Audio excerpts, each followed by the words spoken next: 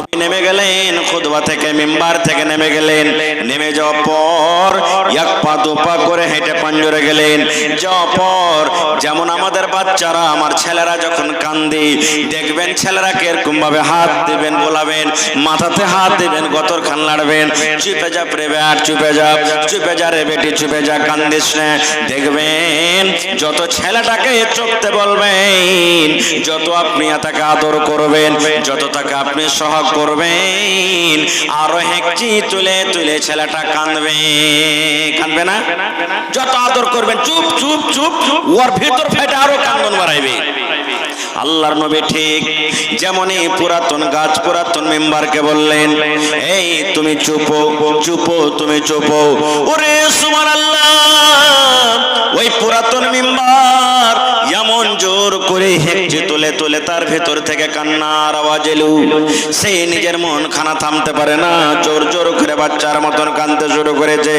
দয়ার নবী বললেন, ও লোকড়ি রে, ও পুরাতন মেম্বার, তুমি কান্দো কেন? কান্দোর কারণটা কি? কেন তুমি কান্দো? এইবারে পুরাতন মেম্বারের মুখ ফুটে গেল, বললেন, ইয়া রাসূলুল্লাহ, আল্লাহর নবী গো, এই জন্য কান্দি নবী গো, আপনি এতদিন আমার উপরে দাঁড় হয়ে খুতবা দিলেন গো নবীজি, আমি এতদিন আপনি আমার উপরে দাঁড় হয়ে খুতবা দিলেন, আমার উপরে আপনি নিজের পা মোবারক রাখলেন, আপনার কথাগুলি আমি পাঞ্জরে হয়ে শুনলাম। এখন আপনি আমাকে পুরাতন মেম্বার, পুরাতন তক্তা, পুরানা কাঠ বলে আপনি দূরে সরিয়ে দিলেন। আপনার কথাগুলি এখন আমি পাঞ্জরে হয়ে আর শুনতে পাবো না, আপনার কথাগুলি আমাকে দূর হয়ে শুনতে হবে। এই জন্য আমার ভেতর ফেটে কান্দন এসেছে। আরে মুসলমান, বলার উদ্দেশ্যে ভাই, কিভাবে নবীর সামনে গল্প হলো একটা লোকড়ির সাথে, আল্লাহ জানেন, সাহাবায়ে কেরাম জানেন, এবং সেই লোকড়ি জানে, আল্লাহ জানে, নবী জানে, তাছাড়া কেউ জানে না।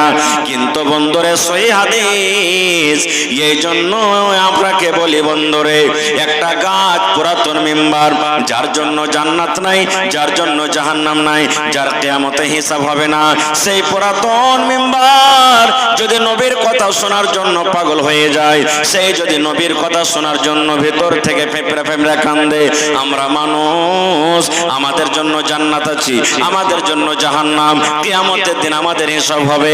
বন্ধুরে, আজকে আমরা মুসলমান হই, মানুষ হই, নবীর কথা গোলাকে আমরা পা কুচলে চলে যাই।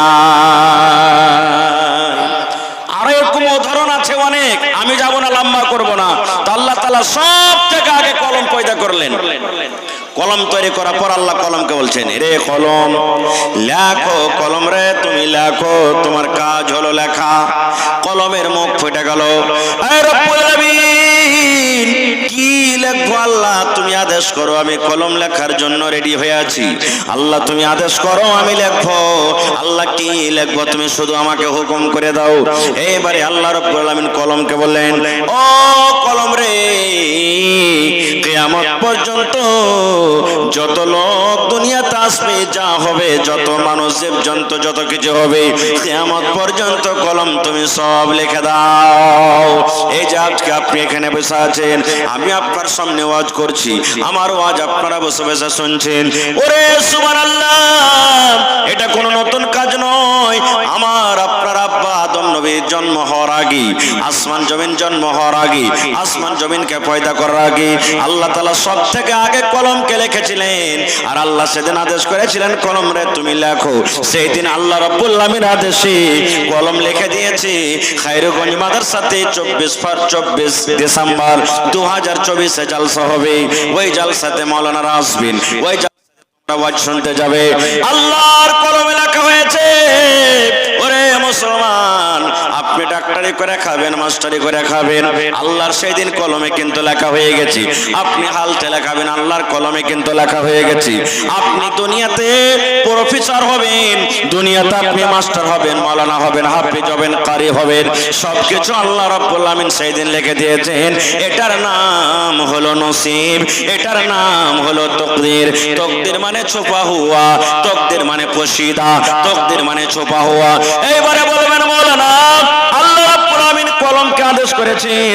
সেই কিয়ামত, সেই মানুষ, জীব জন্তু, আসমান জমিন জন্ম হওয়ার আগে আল্লাহ যখন কলমে লিখে দিয়েছেন কে ডাক্তার হবে, কে মাস্টার হবে, কে দুনিয়াতে নামাজি হবে, কে দুনিয়াতে বেনামাজি হবে, কে দুনিয়াতে প্রফেসর হবে, সব যখন লেখা হয়ে গেছে রে আল্লাহ যখন সব লিখে দিয়েছেন যে মাওলানা, তাহলে তো আমাদের দোষ নাই, আমরা তো নিজের দোষ দিতে পারবো না, এগুলা সব আল্লাহ করালছেন। না রে বন্ধু, না না, আল্লাহর কোরআন বলে দিয়েছেন ওয়াহাদাইনা নাজদাইন। এই মানুষ, দুইটা রাস্তা আমি তোমাদের দেখিয়ে দিয়েছি, এই সোজা রাস্তাতে যাবি আল্লাহর জান্নাতে চলে যাবি রে, আর এই রাস্তা সোজা ছেড়ে দিয়ে যদি একা বেকা রাস্তাতে যাবি আল্লাহর জাহান্নামে তোকে যেতে হবে। এবং রাস্তা দেখার জন্য মানুষকে আমি চোখ দিয়েছি, এবং শুধু চোখ দিইনি, ভালো মন্দ বোঝার জন্য আমি মানুষকে ব্রেন দিয়েছি এবং তাকে অন্তর দিয়েছি। আল্লাহ রাব্বুল আমিন তকদিরটাকে ছুপিয়ে রেখেছেন। মানুষ তকদির কখন জানতে পারে? যখন তার সাথে কোনো ঘটনা ঘটে যায়। আপনি তকদিরের পরে বিশ্বাস করে থাকবেন আর হরকত করবেন না, তকদিরের পরে বিশ্বাস করে থাকবেন আর আমল করবেন না, আল্লাহ রাব্বুল আমিন এই মতো আমলকে পছন্দ করবেন না। নারে তাকবীর। ভাই মুসলমান, জি জি, চিকনি থেকে জয়নুল আবেদিন ভাই 500 দোয়া করে দিয়েছি। তো বলার উদ্দেশ্য ভাই, হাদিস যে আমি আপনাদের সামনে কয়েকটা রাখলাম, যে এই যে জানুয়ারি মাসে আপনি মুরগা জবাই করবেন, আর যদি বলেন যে মাওলানা সারা বছর যেন ভালো মন্দ খাইতে পাই, এটা হলো শিরক বিদআত, এগুলা চলবে না, খাওয়া ছেড়ে দেন ভাই। হ্যাঁ, একটা আমল কিন্তু করবেন। কি আমল? আপনাকে বলি, আপনি বাড়ি থেকে যখন বাড়ালছেন 500 টাকা আপনার পকেটে ছিল, জালসাতে এসে 100 টাকা দান দিলেন, 200 দান দিলেন, 100 টাকার ভাত খেলেন, এদিক ওদিক করলেন, তো টাকাটা আপনার কমলো না টাকাটা যেমনকার তেমনই থাকবে? একটু কথা বলেন আমার সাথে। কমলো। আপনি 1 লিটার তেল বাড়িতে ভরে দিয়েছেন মোটরসাইকেলে, আর 10 কিলোমিটার আইলেন, 10 কিলোমিটার গেলেন, আর তারপর দেখছেন যে আপনার টাঙ্কিতে তেল আছে, তো তেলের মধ্যে থেকে ঘটেছে না কতখানি আছে? জোরে বলেন। ঘটেছে। আল্লাহ রাব্বুল আলামিন আপনাকে আমাকে 60 বছর জীবন দিয়েছেন, 70 দিয়েছেন, 100 দিয়েছেন। আল্লাহ আপনাকে 50 দিয়েছেন, 60 দিয়েছেন, 100 দিয়েছেন। ওরে সুবহানাল্লাহ, যেদিন 31 ডিসেম্বর 2024 হয়ে যাবে, সেই দিন বালিশে রেখে ওরে আল্লাহ চোখ দিয়ে একটু পানি ঝরাবেন, ঝরঝর ঝরঝর করে আপনার চোখে পানি ঝরবে, আর একটু চিন্তা ভাবনা করবেন, আল্লাহ রে আজ যে 1 বছর কইলা গেল রে আল্লাহ, আজ যে 1 বছর শেষ হয়ে গেল, আল্লাহ 1 বছরে কতটি গুনাহ করনো, আল্লাহ কতটি নামাজ ছাড়নো, আল্লাহ কতটি নাজায়েজ গাল দিয়েছি, আল্লাহ কতটুকু তেলাওয়াত করতে পেরেছি, আল্লাহ কতটুকু ভালো কথা কইতে পেরেছি, আল্লাহ কতটি মানুষকে নারাজ করেছি, আল্লাহ তোমার ইবাদত বান্দেগি করতে পেরেছি কি পারেনি? এ মুসলমান, 1 বছরের আপনি নিজের বায়োডাটাকে নিজের অন্তরে মাথাতে বসিয়েলেন, আর আল্লাহর সামনে রাখেন, আল্লাহ তুমি জীবনের হিসাব ছাড়া দাও, আল্লাহ যদি শুধু এই 2024 সালের 1 বছরকার হিসাব আল্লাহ আমার কাছে চাই, আর যদি আল্লাহ বলেন বান্দারে এই আব্দুল সাত্তার, আব্দুল গাফফার, হালেমা, জায়েদা, খালেদা, সাফিয়া শুন, এই 1 বছরে তুই হিসাবটা আমাকে দিয়ে দে, 1 বছরে তুই কি আমল করলি, কতটুকু নেকি করলি, কতটুকু দান করলি, কতটুকু নামাজ পড়লি, কতটুকু ভালো কথা বললি, কতটুকু বিবের হক আদায় করলি, ছেলে পেলের কতটুকু হক আদায় করলি, এই মাত্র 1 বছরকার তুই হিসাবটা দিয়ে দে, আমি আল্লাহ রাব্বুল আমিন তোমাকে জান্নাত দান করে দেব। পারবো দিতে? পারবো ভাই? কেউ পারবো না, আমিও পারবো না, আপনিও পারবেন না। তো যখন পারবো না, তো আল্লাহর দরবারে কানতে হবে, গিড়গিড়াইতে হবে, খুশি মানাইতে হবে না গো ভাই মুসলমান। তবে এই যে আজকে মাদ্রাসা, এই মাদ্রাসাতে আমরা পড়ালেখা করি, ছেলেরাকে পড়াই, তাহলে আমরা শরীয়ত জানতে পারবো, দিন জানতে পারবো, কোনটা জায়েজ কোনটা না জায়েজ, কোনটা হালাল কোনটা হারাম, কোন কাজটা করতে হবে কোন কাজটা করতে হবে না, আমরা মাদ্রাসাতে পড়ালেখা জানতে পারবো। এটা হলো আমাদের দিনের কিলা, এটা হলো আমাদের এই জায়গাতে দিনের পাওয়ার হাউস, এই জায়গাতে দিনের দিনের মিটার চলছে আমাদের। এই জন্য এই দিনের মাদ্রাসাকে আমাদেরকে রাখতে হবে, চালাইতে হবে। এই দিনের মাদ্রাসাতে আমাদেরকে সাহায্য করতে হবে। ভাই আমার, এই জায়গার একটা নাম আছে, এই জায়গার একটা রেকর্ড আছে যে মানুষেরা খুব ভালো আকারে দান করে, ছোট বড় নর নারী মা খালা সকলেই দান করে। এই জন্য আমি কমিটির লোককে বলবো যে আপনারা চাদর দিয়ে মহিলা পিন্ডালে পাঠিয়ে দেন, চাদর দিয়ে যারকে দায়িত্ব দিয়েছেন মা খালাকে পিন্ডালে পাঠিয়ে দেন। মা খালারা টাকা পয়সা এই জায়গাতে ছাগল গরু পর্যন্ত পেয়েছি ভাই। আমি এই জায়গার মেলা জায়গাতে নাম করি, আরে খাইরেগঞ্জ মাদ্রাসা একটা এমন মাদ্রাসা যে ওখানে ছাগল পেয়েছি প্রথম জীবনের জালসাতে। এবং আমি আবদার করলাম কোন আল্লাহর বান্দা নেজি যে ছাগল দিলে তো একটা গরু দিবে না, একটা গরুও কিন্তু পেয়েছি। আজকে দেখি আমার কোন ভাই মা খালা দাদি নানি আছেন যে আজকে একটা আমার হাতে ছাগল দিবেন এবং একটা কেউ গরু দান করতে পারবেন। এই জায়গাতে জমিনও দেওয়া, জমিনও পাওয়া গেছে আল্লাহুস সামাদ। এই কয়েকদিন আগে এই যে মাইকম্যান আপনাদের সামনে বসে আছেন আমার ভাই ডাক্তার নাজিম সাহেব, বানগামা এই পাঞ্জুরি এখান থেকে 2-4 কিলোমিটার দূরে, দুইজন ভাই 2 ডিসমিল জমিন দান করেছিলেন আধ কাঠা করে। তা আজকে এই মাদ্রাসার জন্য কোন আল্লাহর বান্দা নাই, দেখেন আপনাদের এক এক টাকা কামে লেগেছে ভাই। দেখেন কত সুন্দর এই কয়েক বছরকার মধ্যে দেখেন কত সুন্দর বিল্ডিং খাড়া হয়ে গেছে। যদি এই মাদ্রাসার কমিটি আপনাদের টাকা কামে না লাগাইতো তাহলে এত সুন্দর বিল্ডিং জীবনে হইতো না ভাই।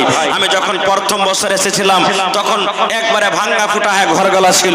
আজকে দেখেন কত সুন্দর করে জান্নাতের মতন বাগান মতন তৈরি হয়ে গেছে, কত সুন্দর ঘর তৈরি হয়ে গেছে। আল্লাহুস সামাদ তাদের জায়গাটাকে ভালো করতে হবে। কেন করতে হবে না? আল্লাহর নবী বলেছেন যারা দিনের পড়া পড়ে, যে দিনের পড়া পড়ে, কোরআনের পড়া পড়ে, হাদিসের পড়া পড়ে, আল্লাহর নবী বলেছেন উম্মত রে ওই উস্তাজির জন্য, ওই তলেবে ইলমের জন্য, তলেবার জন্য আল্লাহর ফেরেশতারা পর্যন্ত দোয়া করে। শুধু ফেরেশতারা নয়, আল্লাহর ফেরেশতারা যখন আপনি হেঁটে যাবেন, ওই বাচ্চারা যখন হেঁটে যাবে, আল্লাহর ফেরেশতারা তাদের পায়ের তলাতে নিজের পরখানাকে বিছিয়ে দেবে।